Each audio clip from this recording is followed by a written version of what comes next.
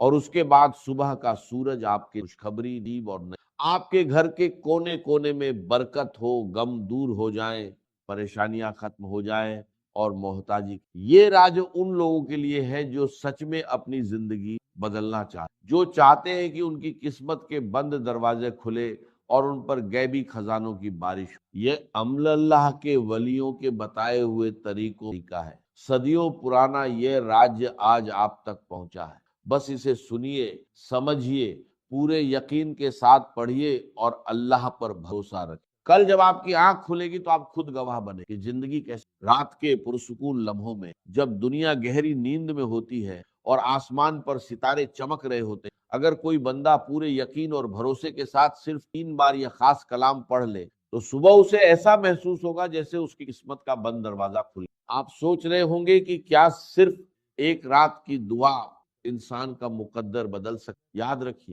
اللہ کی رحمت اور اس کی قدرت کے آگے کوئی چیز۔ بہت سے لوگوں نے پہلے اس بات پر یقین نہیں کیا، کچھ نے مذاق اڑایا، لیکن جب انہوں نے اس عمل کو آزمایا تو وہی لوگ حیران رہے۔ انہوں نے دیکھا کہ ان کے حالات بدلنے لگے، غربت کم ہونے لگی، رزق میں وسعت آنے لگی، دلوں کو سکون ملنے لگا اور وہ دعائیں پوری ہونے لگی جو برسوں۔ یہ صرف الفاظ نہیں بلکہ برکت اور رحمت کا۔ سوچئے کیسا منظر ہوگا جب صبح آپ کے گھر میں خوشخبری دستک دے، جب تنگ دستی کی جگہ خوشحالی آ جائے، جب پریشانیوں کی جگہ سکون اور غموں کی جگہ خوشیاں ڈیرے ڈال دیں۔ اولیاء کرام فرماتے ہیں کہ یہ عمل انسان کی زندگی میں بدلاؤ کا ذریعہ بن سکتا ہے۔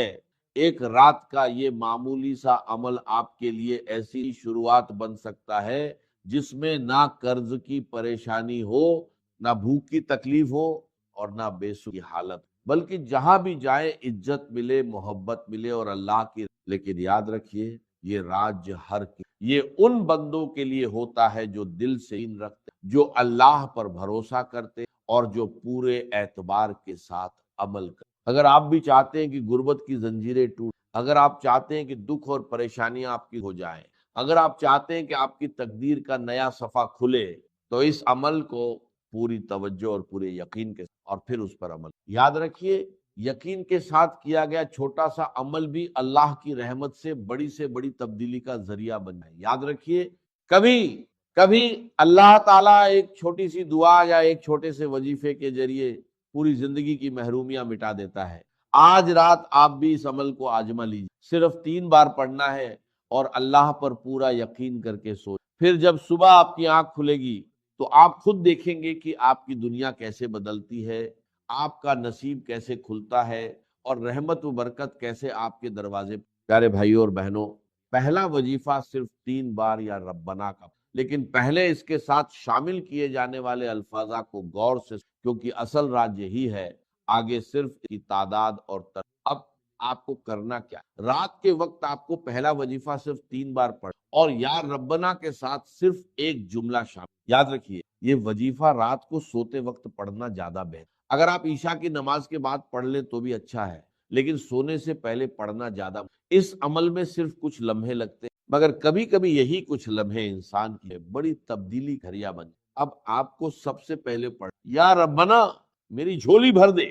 بہت سے لوگ یا ربنا پڑھتے ہیں، لیکن جس ترتیب سے یہ عمل بتایا جا رہا ہے شاید آپ نے پہلے کہا۔ اب طریقہ اچھی طرح سمجھ۔ آپ دنیا کے کسی بھی ملک میں ہو، پاکستان میں، ہندوستان میں ہو، بنگلہ دیش اور جگہ، جیسے ہی عشاء کی نماز کا وقت در جائے، آپ عشاء کے بعد سے فجر سے پہلے تک رات کے کسی حصے میں یہ عمل کر سب سے پہلے سکون کے ساتھ بیٹھ جائیے اور اپنے دل و دماغ کو یکسو۔ کچھ لوگ عمل پڑھنے کے فوراً بعد دنیاوی مشغولیات میں لگ جاتے ہیں، لیکن اس عمل کے وقت پوری توجہ اور یقین اختیار کر۔ اب سب سے پہلے ایک مرتبہ درود شریف پڑھ لیجیے۔ اگر درود ابراہیمی یاد ہو تو وہ پڑھ لیجیے، اور اگر نہ ہو تو آپ اعوذ باللہ من الشیطان بسم اللہ الرحمن الرحیم پڑھ سکتے۔ اس کے بعد پہلا وظیفہ صرف 3 مرتبہ پڑھ، یا ربنا میری جھولی بھر دے، ایک مرتبہ یا ربنا میری جھولی بھر دے، دوسری مرتبہ یا ربنا جھولی بھر دے، تیسری مرتبہ یا ربنا میری جھولی بھر دے۔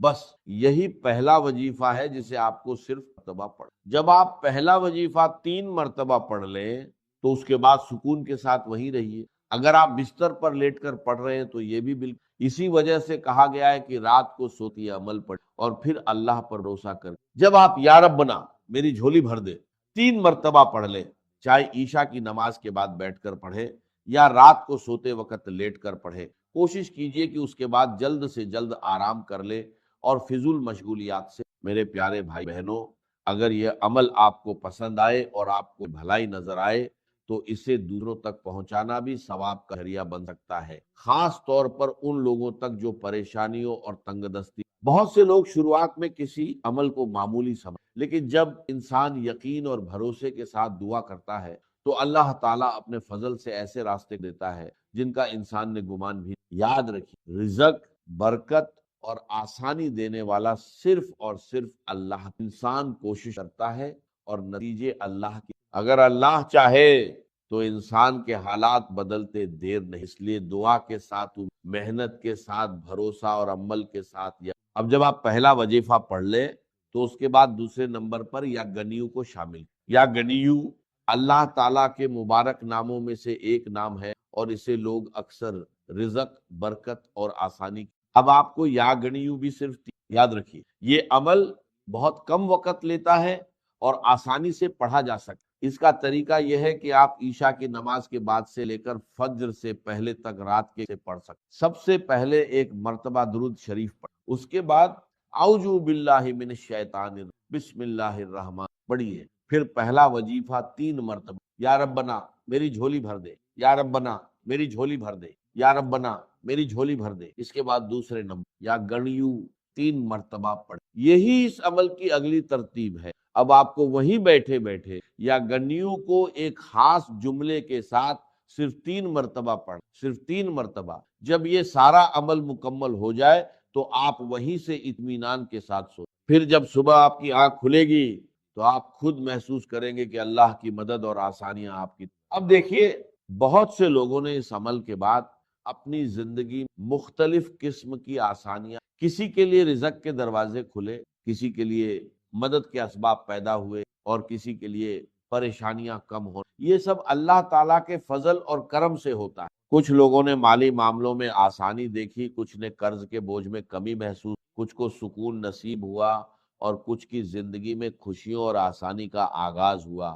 اسی وجہ سے بہت سے لوگ اس عمل کو محبت اور یقین کے ساتھ ایک رات پڑھیں تو دل کو سکون ملتا ہے، دوسری رات پڑھیں تو اور اطمینان محسوس ہوتا ہے، اور لگاتار پڑھنے سے انسان اللہ تعالیٰ کی رحمت اور برکت کا امیدوار رہے۔ میری باتوں پر نہیں بلکہ خود عمل کر کے دیکھیے اور پھر اپنے تجربے کی بنیاد پر۔ اب ترتیب کو دوبارہ سمجھ لیجیے۔ سب سے پہلے آپ نے یا ربنا میری جھولی بھر دے 3 مرتبہ پڑھنا ہے۔ اس کے بعد وہیں بیٹھے بیٹھے دوسرے نمبر پر طاقتور وظیفہ شامل، اور وہ ہے یا گنیو، لیکن یا گنیو کے ساتھ ایک جملہ شامل المدد، اور اسے بھی صرف 3 مرتبہ پڑھ۔ پہلی مرتبہ یا گنیو المدد، دوسری مرتبہ یا گنیو المدد، تیسری مرتبہ یا گنیو المدد۔ دیکھا کتنا کم وقت، پہلا وظیفہ بھی پڑھ لیا اور دوسرا وظیفہ بھی مکمل۔ اب تیسرے نمبر کے وظیفے کی طرف آتے ہیں اور وہ ہے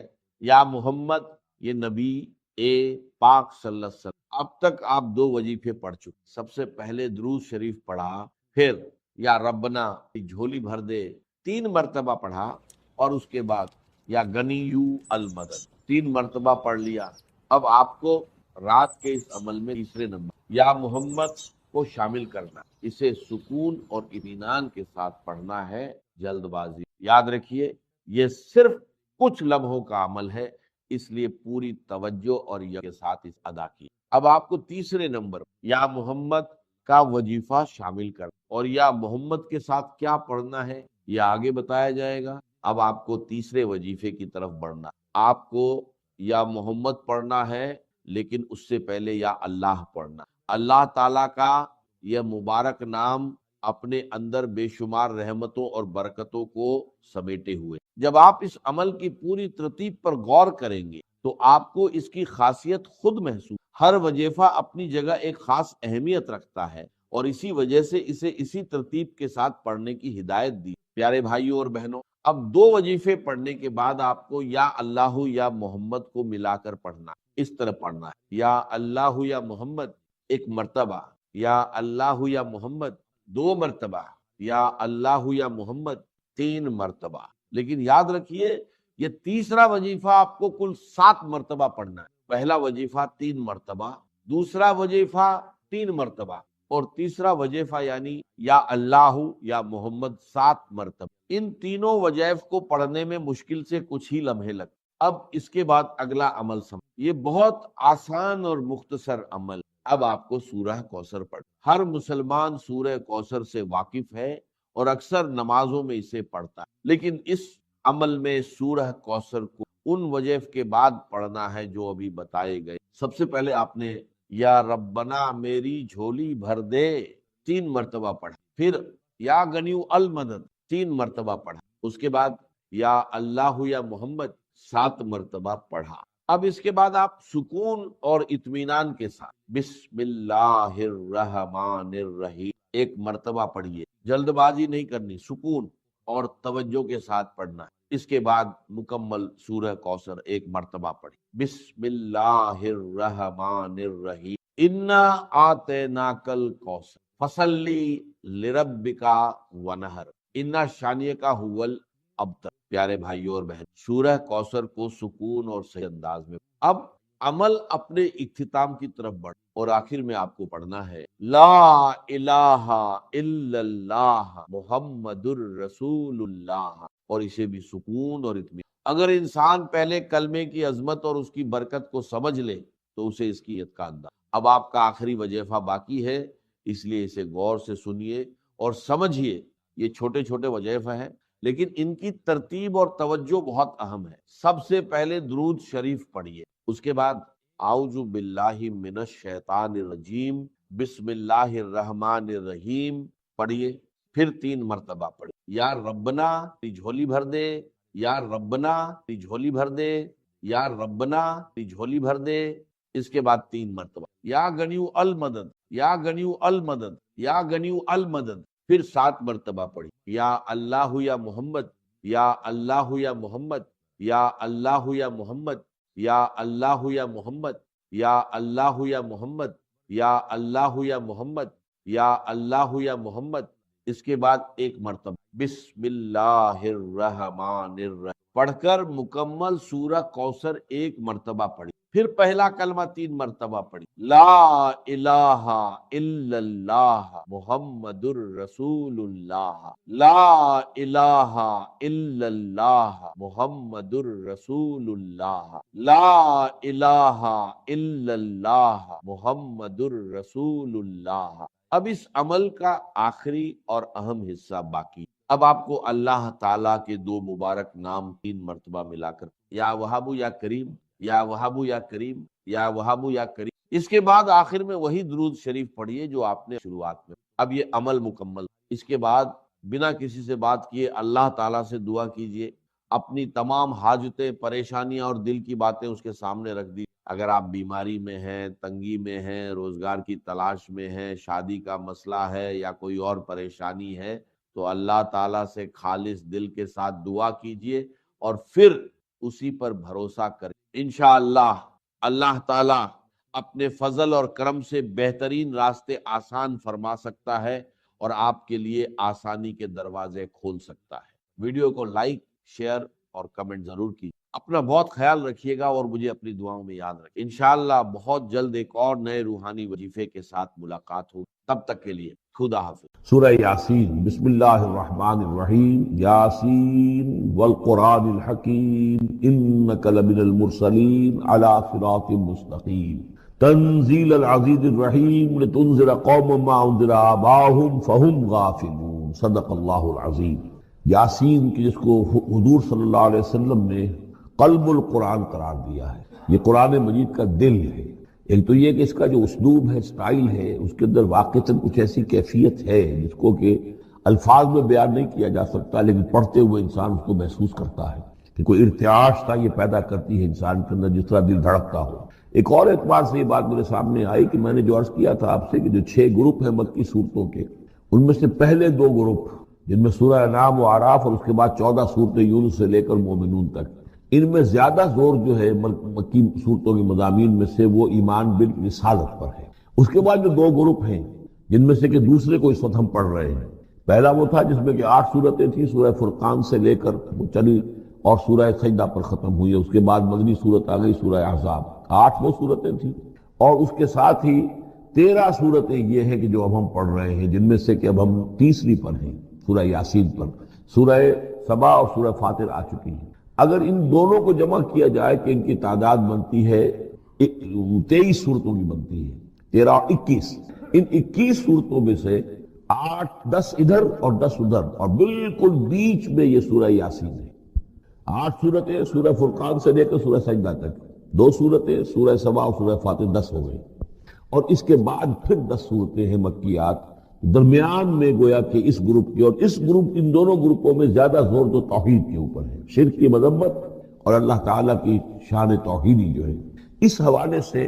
اور دوسرا یہ کہ قرآن مجید میں یہ درمیان سے ذرا ہٹ کر ہے، جیسے کہ قلب جو ہے انسان کا وہ کہیں بیچ میں نہیں ہے بلکہ ایک طرف ہٹ کر ہے، اسی طریقے سے یہ اس اعتبار سے بھی مصحف میں بھی اس کا مقام جو ہے وہ قلب سے مشابہ ہے۔ اور چونکہ اصل مضمون جو ہے قرآن مجید کا وہ توحید ہے، اور توحید کے کی جو یہ جو صورتیں ہیں 2 گروپوں کی، ان کے عین وسط میں، اور یہ بالکل منفرد ہے، اس کا کوئی جوڑا نہیں ہے۔ یاسین والقرآن الحکیم، یاسین اور قسم ہے قرآن حکیم کی۔ یہ سورہ طٰہٰ اس سے پہلے جو آ چکی ہے، اس کے بارے میں بھی گمان یہ کہ حضور کے ناموں میں سے ہے، اور یاسین کے بارے میں بھی کہ حضور کا نام ہے، واللہ اعلم۔ والقرآن الحکیم، اور قسم ہے قرآن حکیم کی، اور قسم سے مراد عربی زبان میں گواہی ہوتی ہے، گواہ ہے یہ قرآن حکیم، حکمت بھرا قرآن۔ کس شے پر قسم کھائی جا رہی ہے؟ مقسم علیہ کیا ہے؟ کس پر گواہ ہے؟ انک لمن المرسلین، یقیناً اے محمد صلی اللہ علیہ وسلم آپ مرسلین میں سے ہیں، بھیجے ہوئوں میں سے ہیں، آپ رسولوں میں سے ہیں۔ یعنی در حقیقت حضور کی رسالت کی سب سے بڑی مصدق اور اس کا سب سے بڑا ثبوت، اور گویا کہ حضور کا سب سے بڑا معجزہ یہ قرآن حکیم ہے۔ اور بہت سی صورتوں میں آپ دیکھیں گے قاف والقرآن المجید، اس میں اب صاد والقرآن ذی الذکر، حامیم والکتاب المبین، تو وہاں یہ سمجھیے کہ وہاں ان قسموں کے بعد مقسم علیہ جس چیز پر قسم کھائی گئی ہے وہ بیان نہیں ہوئی، اسی کو انک لمن المرسلین ہر جگہ محذوف مانا جائے گا۔ اس اعتبار سے ایسی تمام صورتوں کے لیے یہ سورہ مبارکہ ذروۂ سلام ہے۔ یاسین والقرآن الحکیم انک لمن المرسلین، یقیناً آپ رسولوں میں سے ہیں، علی صراط مستقیم، اور سیدھے راہ پر ہیں، سیدھے راستے پر۔ تنزیل العزیز الرحیم، اور اس قرآن کا اتارا جانا ہے اس ہستی کی جانب سے جو العزیز ہے، زبردست، اور الرحیم ہے، رحم فرمانے والا۔ لتنذر قوما ما انذر آباؤہم فہم غافلون، تاکہ آپ خبردار کر دیں اس قوم کو کہ جن کو اس سے پہلے خبردار نہیں کیا گیا، جن کے آباء و اجداد کو خبردار نہیں کیا گیا، فہم غافلون، پس وہ غافل ہیں، بے خبر ہیں، انہیں نہ نبوت کا پتہ ہے، نہ رسالت کا پتہ ہے، نہ کتابوں کا پتہ ہے، نہ شریعت کا پتہ ہے۔ یہی مضمون تقریباً سورہ سجدہ میں بھی آ چکا ہے، فہم غافلون۔ ایک طرح سے گویا کہ ان کی طرف سے ایک رعایت کا انداز ہے یہاں اختیار کیا گیا ہے کہ یہ لوگ تو ان کا غافل ہونا بالکل قرین قیاس ہے، اس لیے کہ ان کے ہاں کوئی نبی آیا نہیں، کوئی رسول آیا نہیں، کوئی کتاب آئی نہیں۔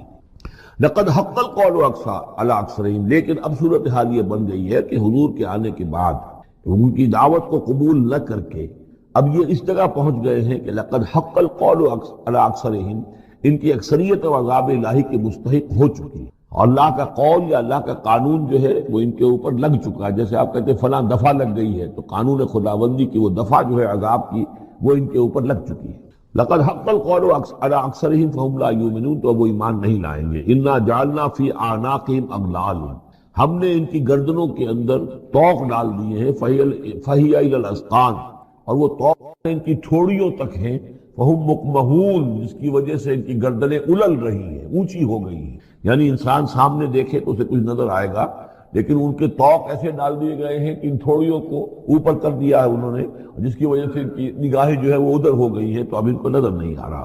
وجعلنا من بین ایدیہم سدا، ہم نے ان کے سامنے بھی دیواریں حائل کر دی ہیں، ومن خلفہم، اور ان کے پیچھے بھی۔ یہ مضمون اس سے پہلے اس کے بعد بھی آئے گا اس سورہ مبارکہ میں، تو سمجھ لیجئے اس کی تعبیر یہی ہے کہ انسان کے سامنے وہ سب کچھ ہے جو آیات ہیں، آیات آفاقی، ان فی خلق السماوات والارض واختلاف اللیل والنہار، یہ ہمارے آنکھوں کے سامنے ہیں، یہ ساری آیات یہ سامنے ہیں۔ اور ایک ہے وہ تاریخی جو آیات ہیں، آیات تاریخی، ایام اللہ، کیا کیا ہوا ہے قوموں کے ساتھ۔ تو گویا کہ یا تو انسان سبق حاصل کرتا ہے التذکیر بآلاء اللہ سے، اور یا سبق حاصل کرتا ہے التذکیر بایام اللہ سے جو پچھلی تاریخ ہے. لیکن یہ وہ بدبخت ہے کہ ان کی آنکھوں کے اوپر سامنے بھی ان کے جو ہے وہ دیوار حائل ہو چکی ہے کہ اس دنیا کے اندر جو نشانیاں اللہ کی ان کو نہیں دیکھ پا رہے، اور ان کے پیچھے بھی دیوار حائل ہو چکی ہے کہ ماضی کی تاریخ سے بھی یہ کوئی سبق حاصل نہیں کر پا رہے. وَجَعَلْنَا مِن بَيْنِ أَيْدِيهِمْ سَدًّا وَمِنْ خَلْفِهِمْ سَدًّا فَأَغْشَيْنَاهُمْ، تو ہم نے ان کو ڈھانپ دیا ہے. فَهُمْ لَا يُبْصِرُونَ، اب وہ دیکھ نہیں سکتے. وَسَوَاءٌ عَلَيْهِمْ أَنذَرْتَهُمْ أَمْ لَمْ تُنذِرْهُمْ لَا يُؤْمِنُونَ، یہ سورۃ البقرہ کی آیت جو ہے وہ جو کہ تو آ گئی ہے. اب ان کے حق میں بالکل برابر ہے، نبی خواہ آپ انہیں انذار فرمائیں اور خواہ نہ فرمائیں، یہ ایمان لانے والے نہیں ہیں. انما تنذر من اتبع الذکر، آپ خبردار تو انہی کو کر سکتے ہیں ذکر کی پیروی کریں، ذکر کو سنیں، اس پر توجہ کریں، اس کا اتباع کریں. وخشی الرحمن بالغیب، اور غیب میں ہوتے ہوئے بھی رحمان کا ان کے اندر خوف ہو، خشیت ہو.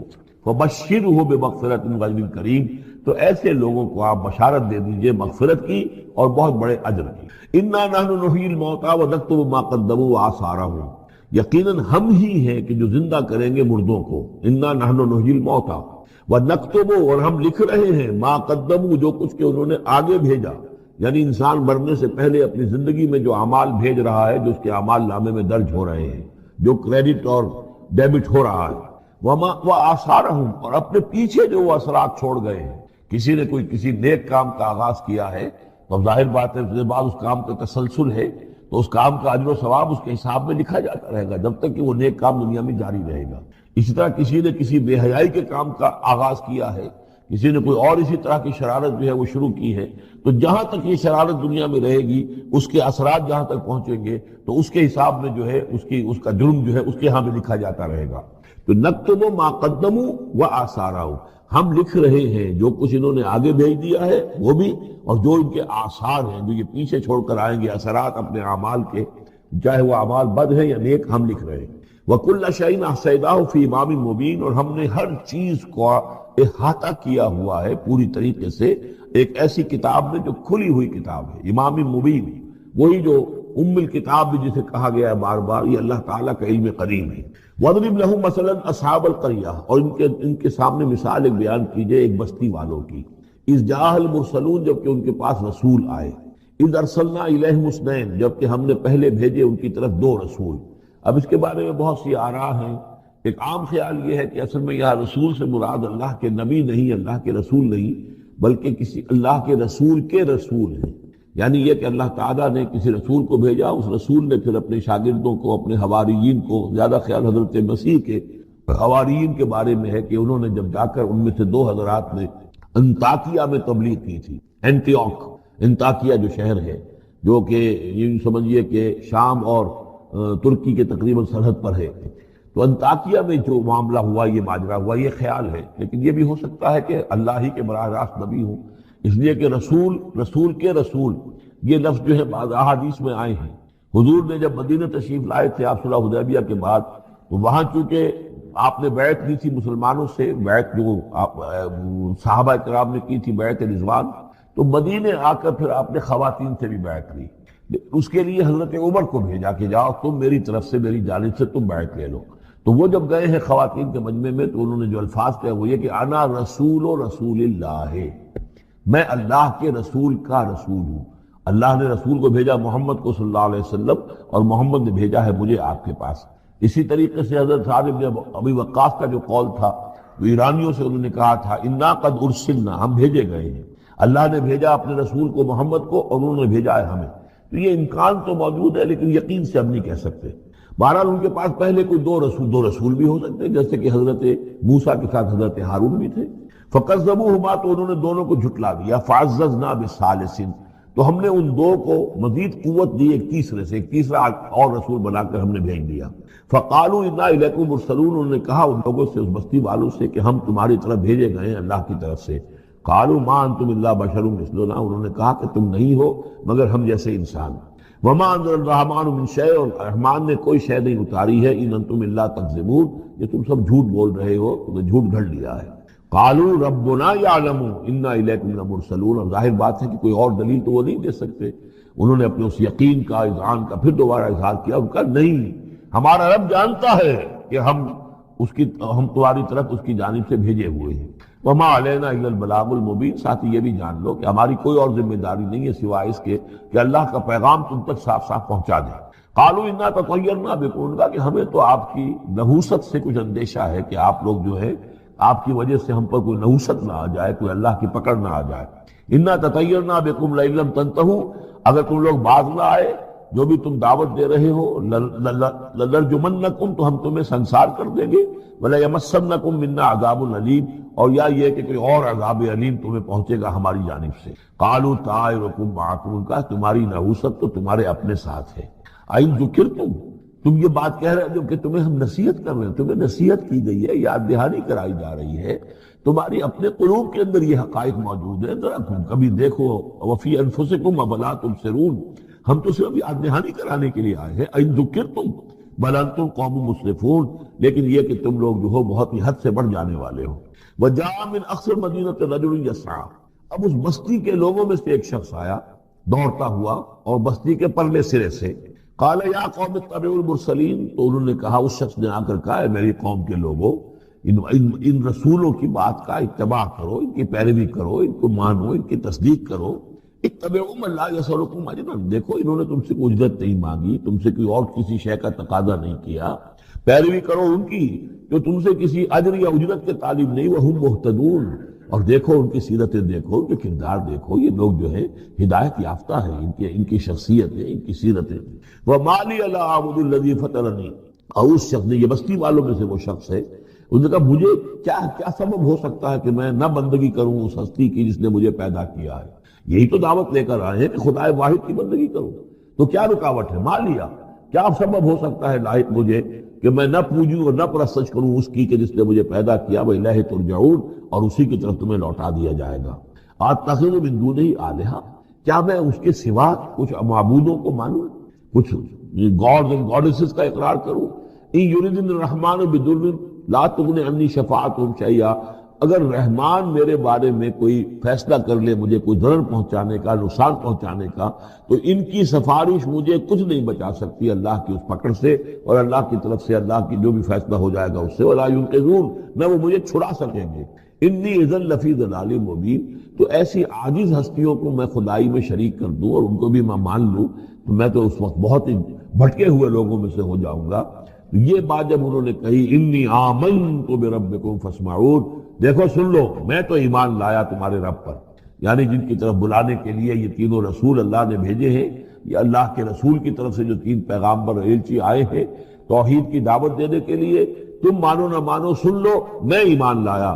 انی آمنت بربکم فاسمعون، اس سے معلوم ہوتا ہے کہ اتنا غصہ چڑھا، رسول تو باہر سے آئے تھے، ان پر تو اتنی زیادہ ان کو کوئی بہت زیادہ جو ہے غصہ نہیں آیا تھا، یہ اپنے میں سے جب ایک آدمی جب اس نے تصدیق کی ہے تو ان کا غصہ جو ہے وہ ایسا ہوا کہ وہ اس کو ضبط نہیں کر سکے۔ قیل ادخل الجنہ، یعنی انہوں نے فوراً اسے قتل کر دیا، اور جب قتل ہو جاتا ہے کوئی اللہ کی راہ میں، تو چونکہ جو مقتول ہے اللہ کی راہ میں جس کو ہم شہید کہتے ہیں، اس کے لیے انتظار نہیں ہے یوم حشر کا، بلکہ وہ سیدھا جنت میں اسی وقت جاتا ہے۔ قیل ادخل الجنہ، کہہ دیا گیا داخل ہو جاؤ جنت میں۔ قال یا لیت قومی یعلمون بما غفر لی ربی وجعلنی من المکرمین، اس نے کہا کاش کہ میری قوم کو معلوم ہوتا کہ میرے رب نے کیسی میری مغفرت فرمائی ہے، اور مجھے کیا میرا اعزاز و اکرام ہوا ہے جنت کے اندر، وجعلنی من المکرمین، مجھے تو باعزت لوگوں میں شامل کر دیا اللہ نے۔ تو چنانچہ اس کا تو نقشہ آپ خود جو ہے اس کو ویژولائز کیجئے کہ جو بھی وہ شخص تھا، اس کی کوئی بیوی ہوگی وہ رو رہی ہوگی، اس کے بچے ہوں گے وہ رو رہے ہوں گے، اس کے ماں باپ اگر تھے تو وہ جو ہے ان کو غشی طاری ہو رہی ہوگی کہ ہمارا بیٹا جو ہے اس طرح ہلاک کر دیا گیا۔ لیکن اب جو یہ غیب کا پردہ ہمارے اور وہ جو عالم غیب ہے اس میں جو حائل ہے، تو یہاں جو رو رہے ہیں ادھر وہ جو اللہ کا بندہ وہ کہہ رہا ہے کاش میری قوم کو معلوم ہو جائے، کہ انہیں تو پھر افسوس نہ کریں یہ کہ مجھے تو اللہ نے کیا اعزاز و اکرام جو عطا کیا ہے اور کیا میری مغفرت کی ہے۔ قیل ادخل الجنہ قال یا لیت قومی یعلمون بما غفر لی ربی وجعلنی من المکرمین وما انزلنا علی قومہ من بعدہ من جند من السماء، اور پھر ہم نے نہیں نازل کیا اس کی قوم پر اس کے بعد کوئی لشکر آسمان سے، وما کننا منزلین، اور ہمیں کوئی فوج اتارنے کی ضرورت نہیں ہوا کرتی، ان کانت الا صیحۃ واحدۃ فاذا هم خامدون، وہ تو بس صرف ایک چیخ تھی، ایک چنگھاڑ تھی، ایک بڑی آواز تھی، اور اس کا نتیجہ یہ نکلا کہ وہ سب کے سب بجھ کر رہ گئے، جیسے آگ بھڑک رہی ہو اور ایک دم بجھ جائے، ختم ہو گئے۔ یا حسرت علی العباد، حسرت ہے، افسوس ہے بندوں کے حال پر، ما یاتیہم من رسول اللہ کانوا بہ یستہزئون، نہیں آتا ان کے پاس کوئی بھی رسول مگر یہ کہ وہ اس کا استہزاء ہی کرتے ہیں۔ الم یروا کم اہلکنا قبلہم من القرون، کیا انہوں نے دیکھا نہیں کتنی ہی بستیوں کو اور کتنی نسلوں کو اور قوموں کو ہم نے ان سے پہلے ہلاک کیا ہے، انہم الیہم لا یرجعون، کہ وہ ان کی طرف لوٹ کر نہیں آتے، چلے گئے، سب کے سب چلے گئے، ختم ہو گئے، ماضی کا ایک حصہ بن چکے ہیں۔ وَإِن كُلٌّ لَمَّا جَمِيعٌ لَدَيْنَا مُحْضَرُونَ، لیکن اس کا یہ مطلب نہیں کہ وہ معدوم ہو گئے، اب لوٹ کر تو نہیں آئیں گے دنیا میں، لیکن موجود تو ہیں، عالم برزخ میں تو ہیں، لوٹ کر دنیا میں نہیں آئیں گے، معدوم نہیں ہو گئے، لیکن یہ کہ ان میں سے کوئی بھی نہیں ہے مگر یہ کہ ہم سب کو جمع کر دیں گے، وہ سب ہمارے پاس محضرون حاضر کر دیے جائیں گے، پکڑے ہوئے آئیں گے۔ وَآیَةٌ لَهُمُ الْأَرْضُ الْمَيْتَةُ، اور ان کے لیے ایک نشانی ہے، آیت ہے، یہ زمین جو مردہ پڑی ہوتی ہے، احییناہا، ہم اسے زندہ کر دیتے ہیں، بارش برساتے ہیں اور اس میں زندگی کے آثار شروع ہو جاتے ہیں۔ وَأَخْرَجْنَا بِهَا حَبًّا، اور اس سے ہم اناج پیدا کرتے ہیں، مِنْهُ یأکلون، جس کو وہ کھاتے ہیں، جو ان کے لیے غذا بنتا ہے۔ وَجَعَلْنَا فِيهَا جَنَّاتٍ مِّن نَخِیلٍ، اور ہم نے ان کے لیے بنا دیے ہیں باغات کھجور کے، وَأَعْنَابٍ، اور انگوروں کے، وَفَجَّرْنَا فِيهَا مِنَ الْعُیُونِ، اور اس میں ہم نے چشمے جاری کر دیے ہیں، لِیَأْکُلُوا مِن ثَمَرِهِ، تاکہ وہ اس کے جو میوے ہیں ان کو کھائیں۔ وَمَا عَمِلَتْهُ أَیْدِیہم، یہ ان کے ہاتھوں نے تو نہیں بنایا، یہ کھجور کس نے بنائی ہے، یہ انگور کس نے بنا دیے ہیں، کیا انہوں نے اپنے ہاتھوں سے بنائے ہیں؟ یہ آگے چل کے سورہ واقعہ میں آئے گا کہ یہ چیزیں ہم اگاتے ہیں، نحن المنشئون، یا کسی اور نے ان کو اگایا ہے، اس کون پیدا کرتا ہے؟ اللہ تعالیٰ پیدا کرتا ہے، پالتا ہے بیج کو مٹی کی تاریکی میں، کون کرتا ہے، کون؟ تو فرمایا کہ یہ ان کے ہاتھوں کے تو یہ بنائے ہوئے نہیں ہیں۔ افلا یشکرون، تو کیا یہ شکر نہیں کرتے؟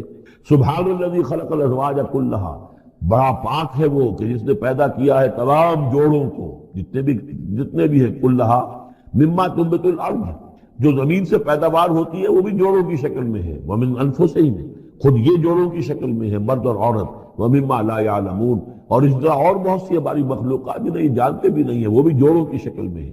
وآیۃ لہم اللیل، اسی طرح ایک نشانی ان کے لیے ہے رات، نسلخ منہ النہار، یہ ایسے ہے کہ جیسے سیاہ چادر کے اوپر دن کی چادر جو تھی وہ آ گئی تھی روشن چادر، ایک سیاہ چادر نیچے سفید اوپر ہے، ہم نے کھینچ لی ہے وہ دن والی چادر، نسلخ منہ النہار، ہم اس سے دن کو کھینچ لیتے ہیں، فاذا ہم مظلمون، تو وہ سیاہ چادر رہ جاتی ہے، پھر یہ اندھیرے میں رہ جاتے ہیں۔ والشمس تجری لمستقر لہا، اور سورج چل رہا ہے اور چلتا رہے گا، اس کا ایک مستقر ہے، اس کا ٹھہرا ہوا راستہ ہے جس پر یہ چل رہا ہے۔ ذالک تقدیر العزیز العلیم، اور یہ اندازہ جو ہے کیا ہوا ہے اس کا جو العزیز ہے، العلیم ہے، زبردست ہے اور علم والا ہے۔ والقمر قدرناہ منازل، اور چاند کی ہم نے مقرر کر دی ہیں منزلیں، حتی عاد کالعرجون القدیم، یہاں تک کہ پھر وہ دوبارہ ہو جاتا ہے ایک سوکھی ہوئی ٹہنی کی طرح۔ جب آخر میں چاند رہ جائے گا 27ویں شب کو آپ دیکھیے گا صبح کے وقت، تو وہ آپ کو معلوم ہوگا کہ وہ چاند جو ہے وہ بالکل معلوم ہوتا ہے کوئی درخت کی سوکھی ہوئی سی شاخ ہے۔ ارجون القدیم لا الشمس ينبغي لها ان تدرك القمر، نہ تو یہ امکان ہے چاند سورج کے لیے کہ وہ پکڑ لے جا کر قمر کو، یہ ایک دوسرے کے پیچھے ہی ہے۔ ولا الليل سابق النهار، نہ یہ رات جو ہے وہ دن سے آگے نکل سکتی ہے اور دن سے آگے بڑھ سکتی ہے۔ وَكُلٌّ فِي فَلَكٍ يَسْبَحُونَ، اور یہ سب کے سب اجرام سماویہ جو ہیں اپنے اپنے مدار میں تیر رہے ہیں۔ وَآیَةٌ لَهُمْ أَنَّا حَمَلْنَا ذُرِّيَّتَهُمْ فِي الْفُلْكِ الْمَشْحُونِ، اور ان کے لیے یہ بھی ایک نشانی ہے کہ ان کی اولاد کو ہم نے ایک کشتی میں سوار کرایا جو بھری ہوئی کشتی تھی۔ بعض لوگوں کا خیال ہے کہ اس میں اشارہ خاص طور پر جو ہے حضرت نوح علیہ السلام کی کشتی کی طرف ہے۔ وَخَلَقْنَا لَهُم مِّن مِّثْلِهِ مَا يَرْكَبُونَ، اور یہ کہ ہم نے اسی طرح کی اور چیزیں بھی ان کے لیے بنا دی ہیں جس پر کہ یہ سواری کرتے ہیں۔ وَإِن نَّشَأْ نُغْرِقْهُمْ، اگر ہم چاہیں تو انہیں غرق کر دیں، فَلَا صَرِيخَ لَهُمْ، تو کوئی نہ ہو جو ان کی فریاد کو آ سکے، کوئی فریاد رس ان کو نہ ملے، وَلَا هُمْ يُنقَذُونَ، اور نہ ہی ان کو کوئی چھڑانے والا ملے، کوئی یہ چھڑائے جائیں، نہ ہی یہ چھڑائے جائیں گے۔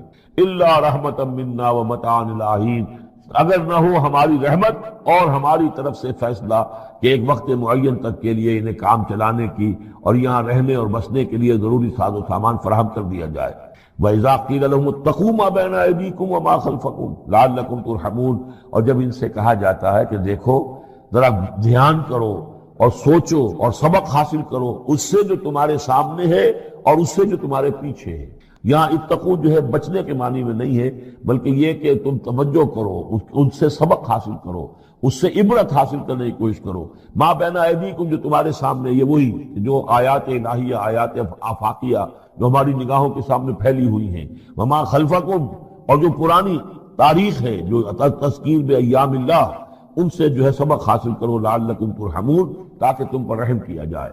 وما تاتیہم من آیت من آیات ربہم الا کانوا عنہا معرضین، اور نہیں آتی ان کے پاس کوئی بھی نشانی اس کے ان کے رب کی نشانیوں میں سے مگر یہ کہ وہ اس سے اعراض ہی کرتے ہیں۔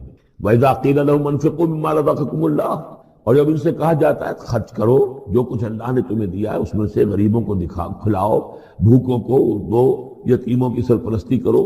قَالَ الَّذِينَ كَفَرُوا لِلَّذِينَ آمَنُوا، تو یہ کافر کہتے ہیں اہل ایمان سے، أَنُطْعِمُ مَن لَّوْ يَشَاءُ اللَّهُ أَطْعَمَهُ، کیا ہم انہیں کھلائیں کہ جنہیں اللہ چاہتا تو خود کھلا دیتا؟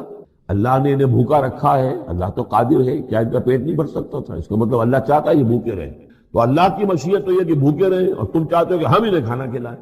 تو أَنُطْعِمُ مَن لَّوْ يَشَاءُ اللَّهُ أَطْعَمَهُ، کیا ہم کھلائیں ان کو کہ جن کو اگر اللہ چاہتا تو خود کھلا دیتا۔ ان انتم الا فی ضلال مبین، یہ تم ہمیں نصیحتیں نہ کرو، تمہاری جو ہے باتیں جو ہیں یہ کسی حقیقت پر اور کسی علم پر مبنی نہیں ہے، تم خود بھٹکے ہوئے ہو۔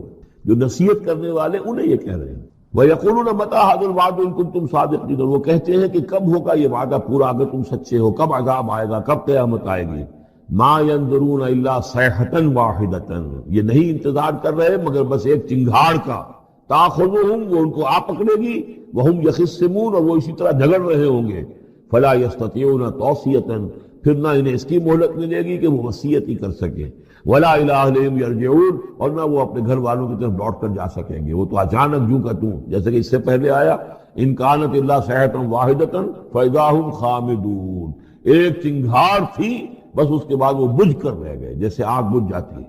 اسی طریقے سے جب وہ چنگھاڑ آئے گی فَلَا يَسْتَطِيعُونَ تَوْصِيَةً وَلَا إِلَىٰ أَهْلِهِمْ يَرْجِعُونَ، نہ تو ان کو یہ مہلت ملے گی، یہ طاقت ہوگی کہ وصیت کرے، اور نہ ہی اپنے گھر والوں کی طرف لوٹ سکیں گے۔ وَنُفِخَ فِي الصُّورِ، اور پھر سور میں پھونکا جائے گا، فَإِذَا هُم مِّنَ الْأَجْدَاثِ إِلَىٰ رَبِّهِمْ يَنسِلُونَ، تو پھر یہ اچانک اپنی اپنی قبروں سے نکل کر اپنے رب کی طرف چلنا شروع کر دیں گے، چاروں ناچار